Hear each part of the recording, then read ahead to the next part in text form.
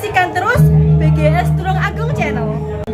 Jangan lupa untuk like dan subscribe di BGS Tulungagung Channel. Mantap. Yes. Jangan lupa like, comment, and share channel BGS Tulungagung Channel.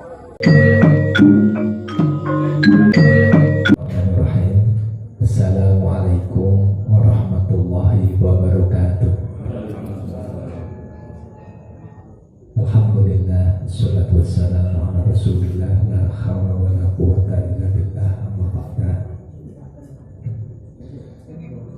Panjenenganipun Bapak Aliono ingkang kula hormati, Bapak Nawiti, Kakang Nawiti, Bapak Wawan, ke ibu-ibu semuanya ingkang sederhana. Alhamdulillah, pada menika kita lagi makempal wonten ing bapak winaraan rumah judul menika Bapak Aliono menika kanthi boten wonten arahan setunggal menapa saestu mugi pakempanan kula panjenengan sedaya karawan kula panjenengan sedaya saking Muhammad. Itu sesungguhnya sejak Al-Quran itu diturunkan sampai kemudian sampai sekarang itu Allah Ta'ala melakukan pembuktian kemujian Al-Quran itu ada satu ayat yang menegaskan bahwa sampai kapanpun manusia itu tidak akan pernah mampu membuat satu surat semisal Al-Quran. Jadi tantangan Allah Ta'ala di dalam ayat, salah satu ayat Al-Quran itu wa in kuntum fi raibin mimma nazzalna ala abdina fa'tu bi suratin min mithlihi.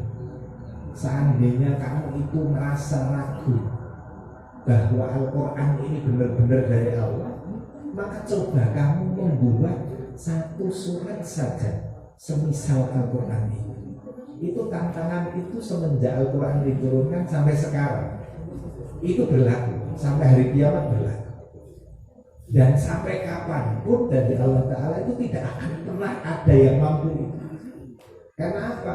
Karena suku Quraisy ketika itu sesungguhnya sastrawan Quraisy itu luar biasa, ahli membuat sastra Arab ketika itu.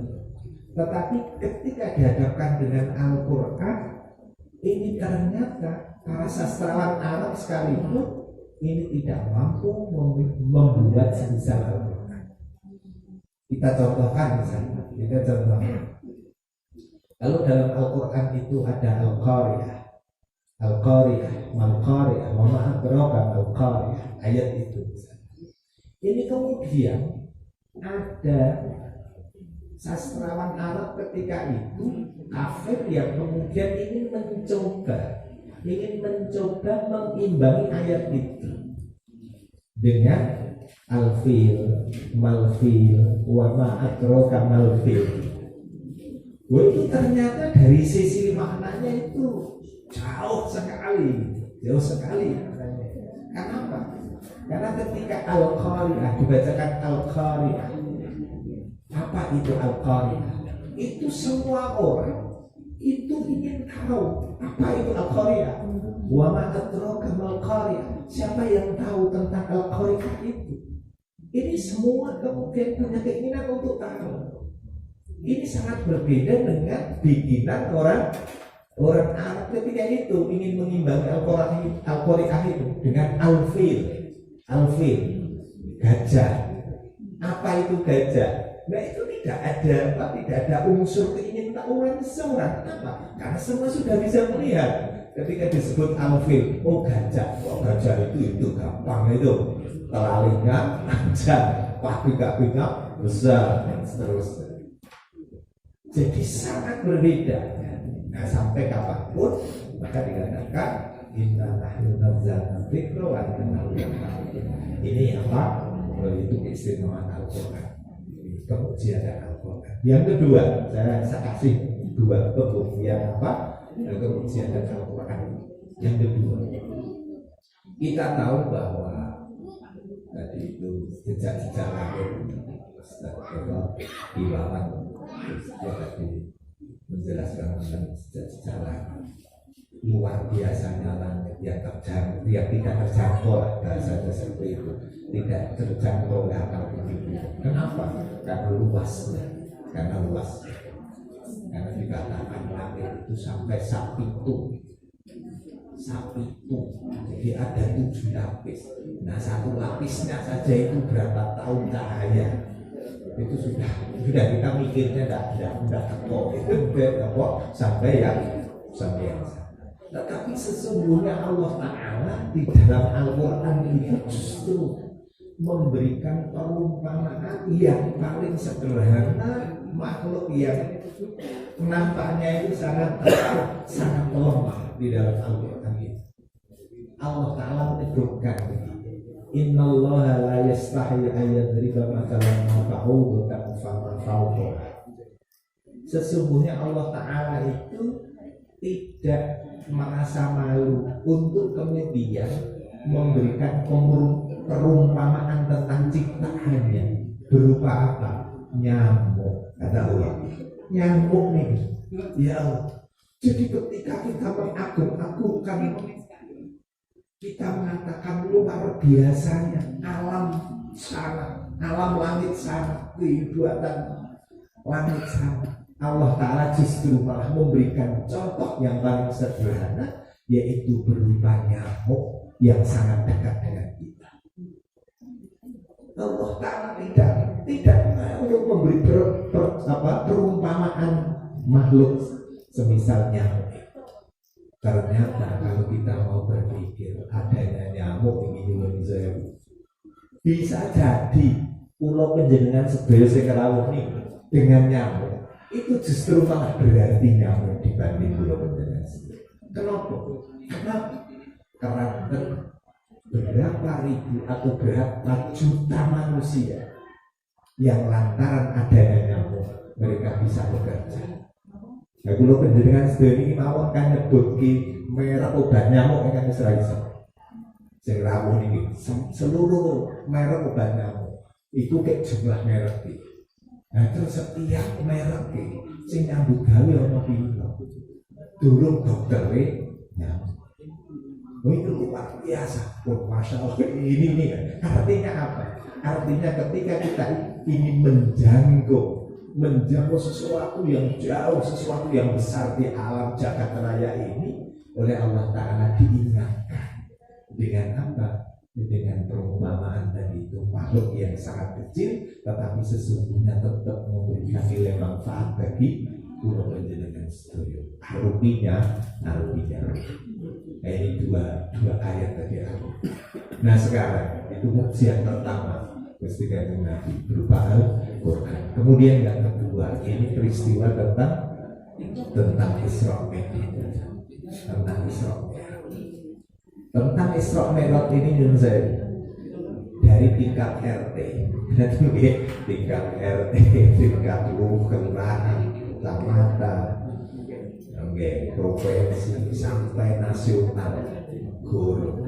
Ini hampir semuanya itu juga ikut memperingati wontenipun peristiwa Isra Mi'raj. Dan kalau ditanya, hampir semua orang Muslim kalau ditanya tentang peristiwa Isra Mi'raj itu, ya mereka ngakoni yakin percaya wontenipun Isra Mi'raj.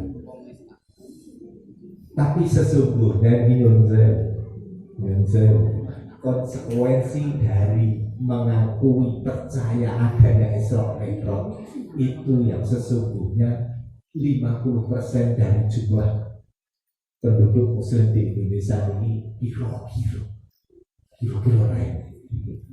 yang yakin betul dengan adanya Isra Mi'raj.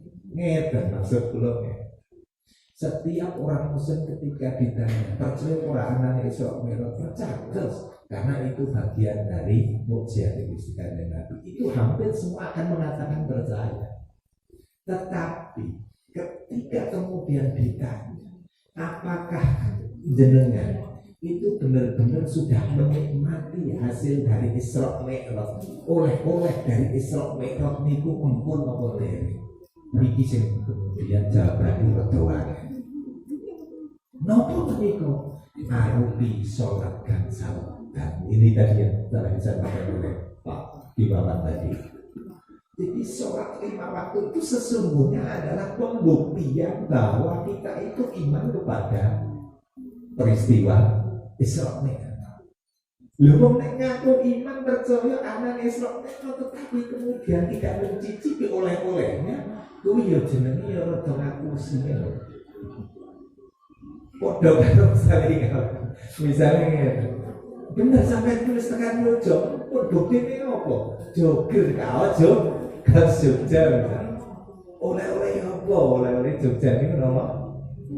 Oleh-oleh apa nih makanan Jogja ini? Aku lumpia misalnya gitu loh, lumpia gitu. Oke, jadi semacam itu. Nah maka memang peristiwa Isra Mi'raj kalau minongko salah satu mukjizat besar peristiwa Nabi itu sesungguhnya tidak lain adalah bahwa syariat anupi sholat 5 waktu yang kemudian ini dilakukan juga oleh Bimo, gitu.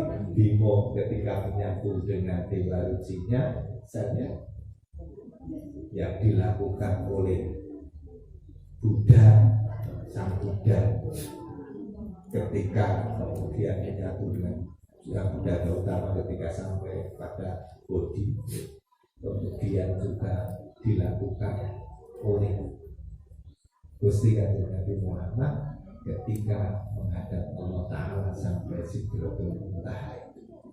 Jadi sesungguhnya kesempatan yang sangat baik ini saya ingin mengajak kepada sedaya, mengajak kepada kita semua,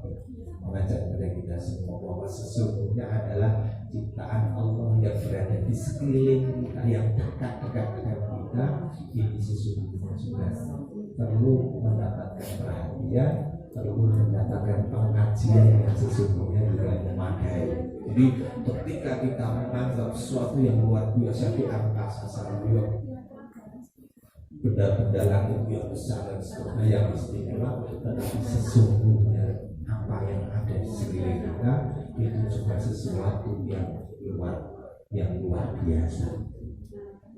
Gue pernah ini sebagai pemantau awal di sinau seperti ini, meskipun singkat barangkali bisa bermanfaat utamanya bagi diri saya sendiri untuk mengingatkan bahwa oleh-oleh Isra Mi'raj itu benar-benar harus kita cicipi, harus kita rasakan dan harus kita nikmati setiap saat. Sampai kapan? Ya sampai kemudian sendiri menghadap kepada yang memerintahkan itu. Insya Allah kita ingin melaksanakan iramakum yang pamitan. Allahumma fiqh lakukan. Assalamualaikum warahmatullahi wabarakatuh. Ya, terima kasih kepada Bu Teguh yang telah memberikan pencerahan pada kita mengenai peristiwa Isra Mi'raj dari Nabi Muhammad SAW yang terjadi pada malam 27 Rajab. Ini ada dua versi tahunnya Bu Teguh, 621 atau 622. Jadi ini saya baca di berbagai macam kitab kok ada dua pendapat, tahun ke-10 masa kenabian ataukah tahun ke-11 masa kenabian. Tapi intinya seperti itulah, nanti kalau ada kesempatan biar dijelaskan kepada yang jelas pada peristiwa Isra Mi'raj ini Kanjeng Nabi Muhammad tadi beberapa hari mundur besok